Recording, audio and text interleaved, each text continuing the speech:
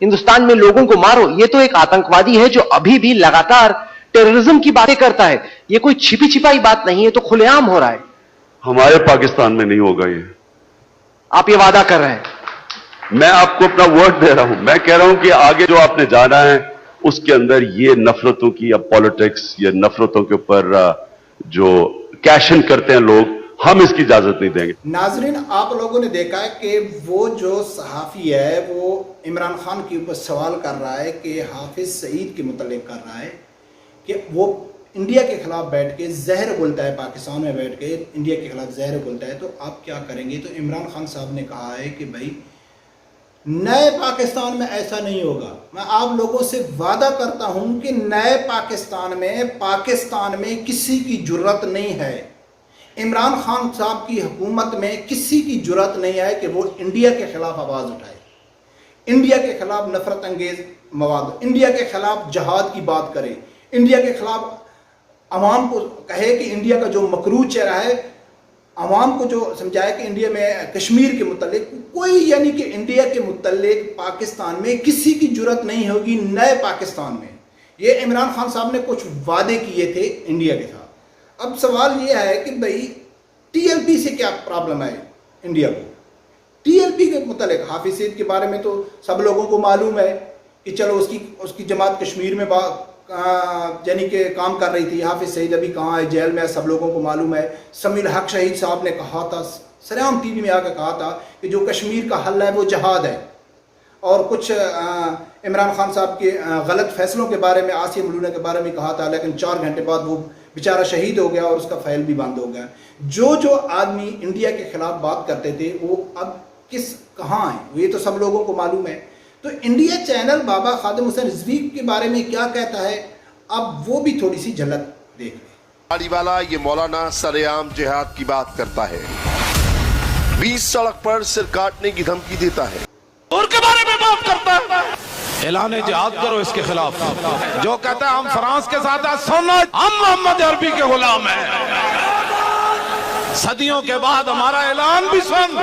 تو فرانس کے ساتھ ہے تو ہم رسول اللہ کی غلامی میں سر لے کر حاضر ہیں.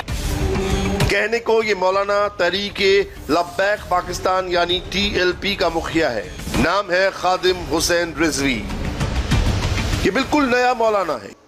عمران کے ملک میں اس مولانا کا سنگل پوائنٹ ایجنڈا ہے, پاکستان کو ایک اسلامک راجیہ بنانا. ناظرین, آپ لوگوں نے دیکھا کہ بھئی یہ بات تو سمجھ آ گئی کہ واقعہ ہی عمران خان صاحب نے جو وعدہ کیا تھا انڈیا کے ساتھ کہ انڈیا کے خلاف جو بھی تقریر کرے گا, جو بھی آدمی انڈیا کے خلاف تقریر کرے گا تو میں اس کی آواز بند کر دوں گا. حافظ سعید کو دیکھ لو, سمیع الحق صاحب کو دیکھ لو, ابھی تحریک لبیک کو دیکھ لو.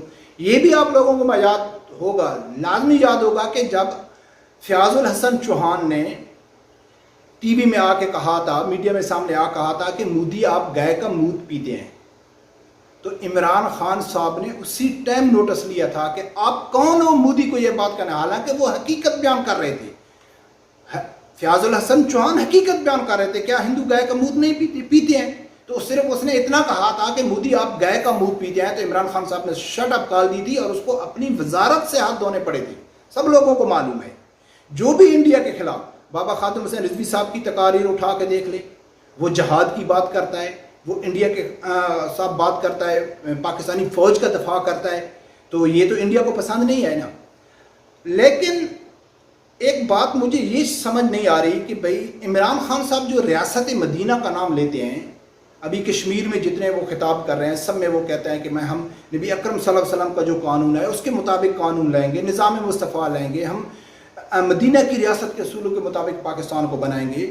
لیکن کام یہ بالکل اس کے الٹ کر رہا ہے, کیونکہ انڈیا کی جو تحفظات ہیں, چلو ہم مانتے ہیں کہ جو اس کو ہم جہاد سمجھتے ہیں وہ اس کو دہشت گردی سمجھتے ہیں, 1 منٹ واسطے یہ بات بھی مان لیں, تو جماعت الدعویٰ ہو گئی یا سمیع الحق صاحب ہو گیا یا اور جہادی تنظیمیں ہیں, ان کی کسی نہ کسی حد تک کو حقیقت نہ صحیح الزام صحیح کشمیر میں انڈیا میں یعنی کہ مداخلت کی چرچے ہوئے ہیں. یہ الزام لگایا گیا ہے کہ انڈیا میں کوئی جہاں بھی کوئی ایسا واقعہ ہوا تو یہ پاکستان کا ہاتھ تھا, جماعت الدعویٰ تھا یا وغیرہ وغیرہ, کوئی یعنی کہ جہادی تنظیم تھی. لیکن تحریک لبیک کا تو اس حوالے سے کبھی کوئی خبر بھی نہیں آئی کہ نہ تو انہوں نے کبھی کسی جگہ میں جہاد کا اعلان کر دیا کہ جاؤ جہاد کرو، یا انہوں نے یہ کسی دہشت گردی میں یا کسی یہ پریکٹیکل ایکٹیویٹی میں تو یہ کبھی شمار ہی نہیں ہوئے ہیں۔ ان کے تو پاکستان میں دھرنے سب لوگوں کو معلوم ہے، ناموس رسالت، فرانسیسی سفیر ہو گیا، ختم نبوت کا قانون گیا، پاکستان کے اندر ہی ان لوگوں نے اپنی حکومت کے خلاف احتجاج کیا ہے، پرامن احتجاج کیا ہے، لیکن اس کے باوجود ہی انڈیا کو اس کے اوپر تحفظات کیوں ہیں؟ آپ لوگوں کو میں نے ویڈیو کلپ سنایا، وہ کیا کہتا ہے کہ یہ اسلامی قانون کی بات کرتا ہے، یہ نظام مصطفیٰ کی بات کرتا ہے۔ انڈیا چینل والا کیا کہتا ہے کہ علامہ خادم حسین رضوی نظام مصطفیٰ کی بات کرتا ہے، یہ جہاد کی بات کرتا ہے۔ تو انڈیا کو کس چیز سے نفرت ہے؟ نظام مصطفیٰ سے نفرت ہے، اس کو جہاد سے نفرت ہے۔ اور پاکستان کے وزیر اعظم عمران خان صاحب نے کہا ہے اور اس حکومت نے کہا ہے کہ آپ لوگوں کو پریشان ہونے کی ضرورت نہیں ہے، ہم ہیں نا، ہم نے آپ سے وعدہ کیا تھا نا، اپنی قوم سے جو وعدہ کیا تھا وہ جے بھاڑ میں، اس سے ہمارا کوئی تعلق نہیں ہے۔ یہ بھولی بھالی بے وقوف قوم ہے، اس کو ہم تسبیح دکھائیں گے، اس کو پشاوری چپل دکھائیں گے، اس کو اپنا ایک اٹریکٹیو سٹائل دکھائیں گے، یہ خوش ہو جائیں گے۔ ہم ایک بڑی تقریر کر دیں گے، یہ تقریر سے خوش آ جائیں گے۔ تو پاکستانی قوم کو ایکشن کی ضرورت نہیں ہے، کام کی ضرورت نہیں ہے، یہ تقریروں پہ سلوار قمیض پہ یہ خوش ہو جاتے ہیں۔ ہاں آپ لوگوں کو ایکشن کی ضرورت ہے تو آپ پریشان نہ ہوں، ہم تحریک لبیک کے اوپر پابندی لگاتے ہیں۔ تو ناظرین یہ بالکل حقیقت ہے، یہ چیز تو شیخ رشید نے بھی تسلیم کیا ہے کہ ہمارے اوپر پریشر تھا، یورپی یونین کا تھا، فرانس کا تھا، یو اے کا تھا، انڈیا کا تھا۔ تو انہوں نے تحریک لبیک کو یہ صرف بے بنیاد الزام لگائے ہیں کہ یہ جلاؤ گلاؤ کرتے ہیں، یہ گاڑیاں جلاتے ہیں، اصل یہ اپنے آقاؤں کو خوش کر رہے ہیں جو ہماری عوام نہیں سمجھ رہی۔ رب پروردگار سے یہی دعا ہے کہ اللہ تعالیٰ ہر مسلمان کو، ہر پاکستانی کو اس پاکستانی کی جو منافقت ہے ہمارے حکمرانوں کی، اس کی سمجھ بوجھ عطا فرمائے، اور اللہ تعالیٰ حق لوگوں کو حق سچ سننے کی اور اس کے پر عمل کرنے کی توفیق عطا فرمائے۔ اللہ